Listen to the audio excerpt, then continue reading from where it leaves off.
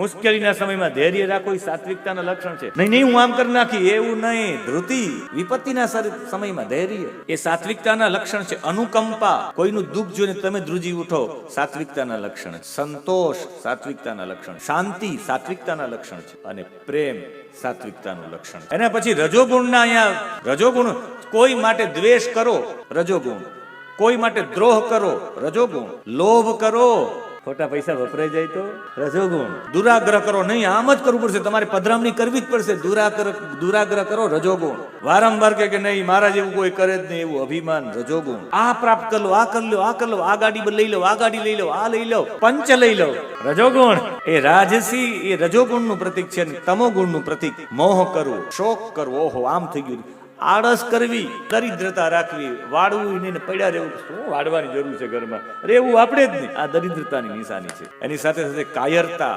કુટિલતા અને નાસ્તિકતા, હું કોઈને સ્વીકારું નહીં, આ તમોગુણના લક્ષણો છે.